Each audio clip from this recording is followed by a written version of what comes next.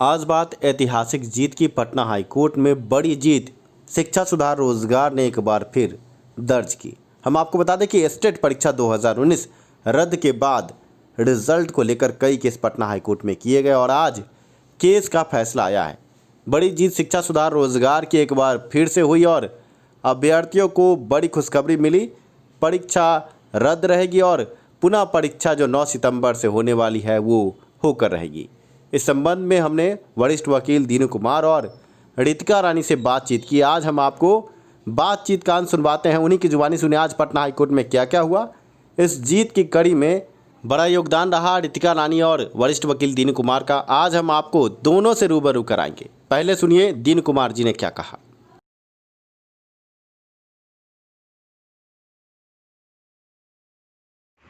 आज कोर्ट में क्या हुआ?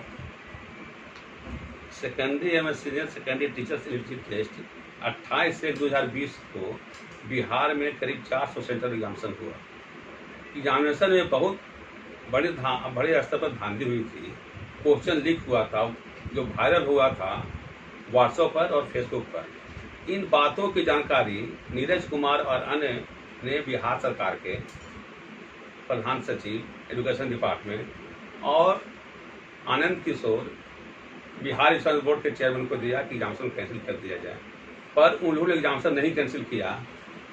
तो उन्होंने रिट फाइल किया तो हाईकोर्ट ने नोटिस किया कि इन बातों का जवाब दीजिए कि बड़े मात्रा में जो क्वेश्चन लीकेज हो गया है एग्जामिनेशन आवर में, तो क्यों नहीं एग्जामिनेशन कैंसिल कर दिया। तो उसके बाद बिहार एजुकेशन बोर्ड ने 4 कमेटी की बैठक की और 4 कमेटी ने जांच की तो पाया गया कि बहुत से सब्जेक्ट में क्वेश्चन जो थे आउट ऑफ सिलेबस थे और इस बात से नकारा नहीं जा सकता है कि एग्जामिनेशन आवर में क्वेश्चन लीक हुआ है। और अंततः उसके रिपोर्ट के ऊपर बिहार एजुकेशन बोर्ड ने एग्जामिनेशन को कैंसिल कर दिया। उसके बाद जो कुछ 5 लड़के एग्रीव थे उन्होंने हाईकोर्ट में चैलेंज किया, तो हम लोगों के मुंह मुद्दा रखा करीब 2.5 लाख लड़के हैं, इसमें 5 लाख केवल विरोध कर रहे हैं, जबकि सब्सटेंशियल एविडेंस है जो इलेक्ट्रॉनिक मीडिया पर है, फेसबुक पर है, व्हाट्सएप पर है। एग्जामिनेशन आवर में ही क्वेश्चन लीकेज हो गया था और आउट ऑफ सिलेबस क्वेश्चन पूछा गया था। जिस समय जस्टिस मनोला ने डायरेक्शन दिया था कि क्वेश्चन जो भी पूछा जाएगा एग्जामिनेशन में तो सिलेबस के अनुसार पूछा जाए। इन सारी बातों को सुनते हुए आज पटना हाईकोर्ट के ऑनरेबल जस्टिस अनिल कुमार सिन्हा ने रिट याचिका खारिज कर दी। अब बिहार एजुकेशन बोर्ड सेकेंडरी और सीनियर सेकेंडरी टेस्ट 9 तारीख से कराने के लिए फ्री है। एक तरह से बच्चों के लिए हित में एग्जामिनेशन कैंसिल करना बहुत ही उचित था। इससे बच्चों को और पब्लिक को कॉन्फिडेंस बढ़ा है। अभी आपने दीनू कुमार को सुना, अब हम आपको रितिका रानी की जुबानी सुनवाते हैं कि क्या क्या हुआ पटना हाईकोर्ट में। बड़ी जीत के सूत्रधार दोनों बड़े वकील आज शिक्षा सुधार रोजगार के यूट्यूब चैनल पर हैं और बड़ी जीत की पूरी खबर उन्हीं की जुबानी हम आपको दे रहे हैं। हम सच दिखाने की पूरी कोशिश करते हैं, सिर्फ खबर नहीं, खबर की हकीकत भी। अब अगली आवाज़ रितिका रानी की होगी और पूरे केस की पूरी कहानी 3.5 घंटे लंबी चली बहस में क्या क्या हुआ, हर मुद्दे पर खुलकर बोली हैं रितिका रानी। रितिका मैम, बड़ी सुनवाई हुई और स्टेट परीक्षा रिजल्ट केस में आज जो फैसला आया है, इस फैसले के बाद पूरे बिहार में गहमा गहमी है। मैम, विश्लेषित करें क्या सुनवाई हुई थी और क्या फैसला है। 16/5/2020 को जो बिहार बोर्ड एग्जामिनेशन ने कैंसिल कर दिया था एग्जामिनेशन, तो बहुत सारे रिट दायर किए गए थे पटना हाईकोर्ट में, जिसमें एक था पंकज कुमार सिंह के नाम से और एक था आलोक कुमार के नाम से जी। उन दोनों की सुनवाई एक साथ ही हो रही थी, जिसमें उन्होंने चैलेंज किया था कि बोर्ड का जो डिसीजन है वो गलत है। तो इसी पे हमारी सुनवाई हुई। बहुत सारे पॉइंट्स उनकी तरफ से उठाए गए, बहुत सारे पॉइंट्स हमारी तरफ से उठाए गए। जो 4 मेन लॉ फैक्टर था जिसके लिए केस का इंटरटेन होना पॉसिबल ही नहीं था या डिसमिस होना ही था, ये हम जिस बात को लेके बहुत कॉन्फिडेंट थे, उसका नंबर 1 पॉइंट था कि कोई भी कैंडिडेट का लीगल राइट तब तक नहीं बनता है जब तक उसका मेरिट लिस्ट में नाम ना आ जाए या उसे अपॉइंटमेंट लेटर इशू ना कर दिया जाए, क्योंकि ये examination prior to the publication of the result ही कैंसिल कर दिया गया था, तो उनका कोई लोकस था ही नहीं इस केस में। दूसरी बात आती है कि बहस के दौरान वो बहुत सारी बातें कह रहे थे कि इंक्वायरी रिपोर्ट में ऐसा आया है, सिलेबस में इससे एग्जाम आया है, जो क्वालिफिकेशन था सोशल साइंस का ये था, कोई एविडेंस नहीं है, XYZ बहुत सारी चीजें वो कह रहे थे। तो उसका हमने 2 रीजन ही दिया था। नंबर 1 की सोशल साइंस तक जहां तक बात रही है, तो सोशल साइंस का तो पेपर ऑलरेडी लीक आउट था, जो हमारे रिट पिटिशन जो हमने 5650/2020 किया था नीरज कुमार जी के नाम से जी। उस केस में हमने पूरा एविडेंस रिकॉर्ड पे लाके रख दिया था। वही चीज हमने इस कोर्ट को उस दिन बहस के दौरान भी बताई थी।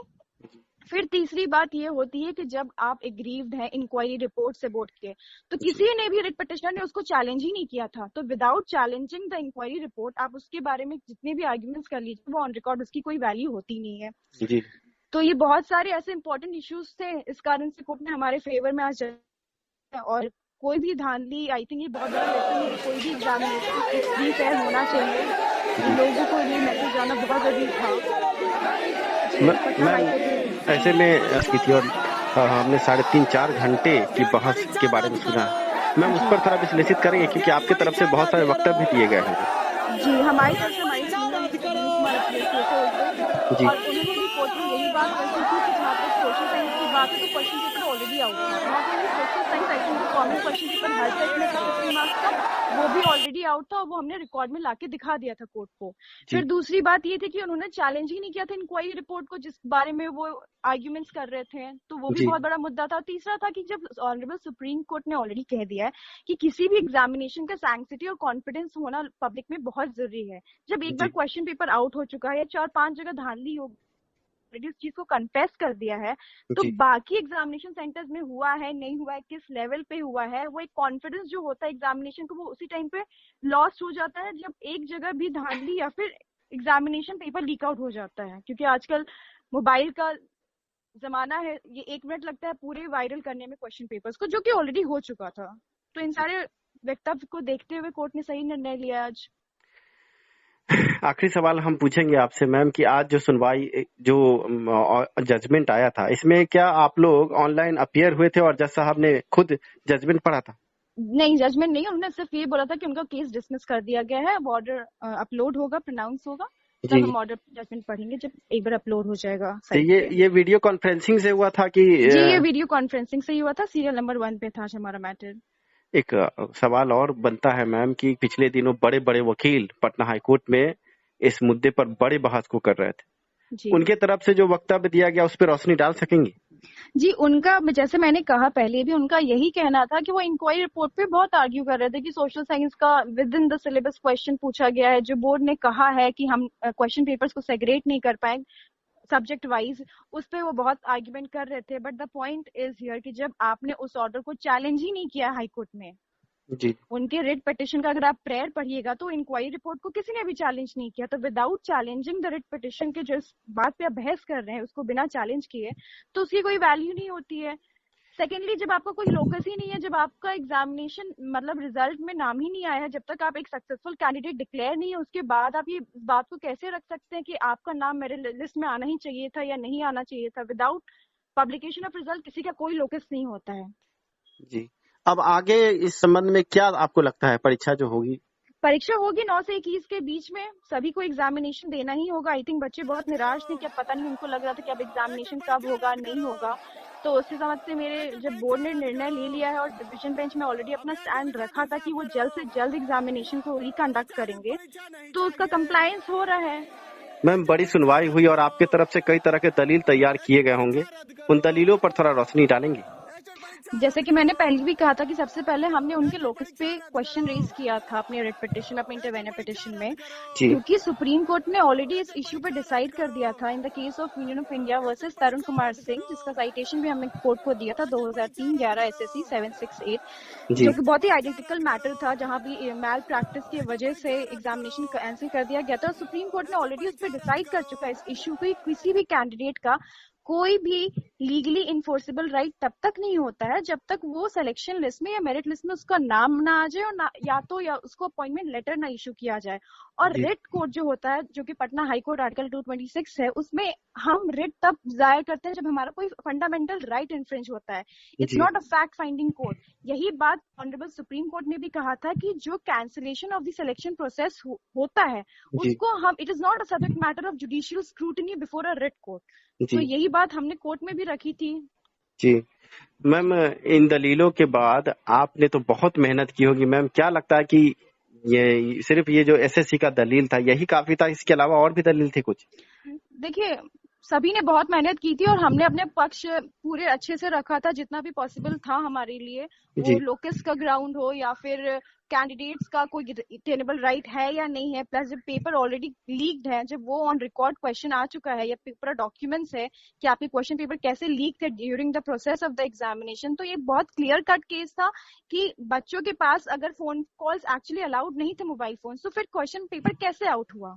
जी, ये बहुत एविडेंट और क्लियर है कि बच्चे मतलब बाय नेचुरली किसी ना किसी के पास तो फोन होगा during the process of the examination, तभी उसने फोन क्वेश्चन पेपर को क्लिक करके वायरल किया है।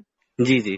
तो बोर्ड बहुत असमर्थ था अपना विजिलेंस संभालने में, इसी कारण से ये पूरा एग्जामिनेशन को रद्द किया गया था और अब नई एग्जामिनेशन को लिया जा रहा है। जी जी जी।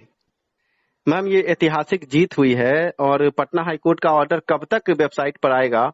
और मेरी समझ से 1 से 2 दिन के अंदर अपलोड हो जाना चाहिए। और I think Bihar school examination board में, आई थिंक पूरे बिहार में बहुत डेकेड के बाद ऐसा हुआ है कि कोई एग्जामिनेशन कैंसिल हुआ है on the ground of leakage of question paper या मैल प्रैक्टिस जो होता आया है हर एग्जामिनेशन में। तो आई थिंक ये बहुत बड़ा लेसन है सभी के लिए कि अपने आप को इन्वॉल्व ना करें गलत तरीके से, सही तरीके से अपने एग्जाम के लिए सीरियसली पढ़ें और let the deserving candidates win the.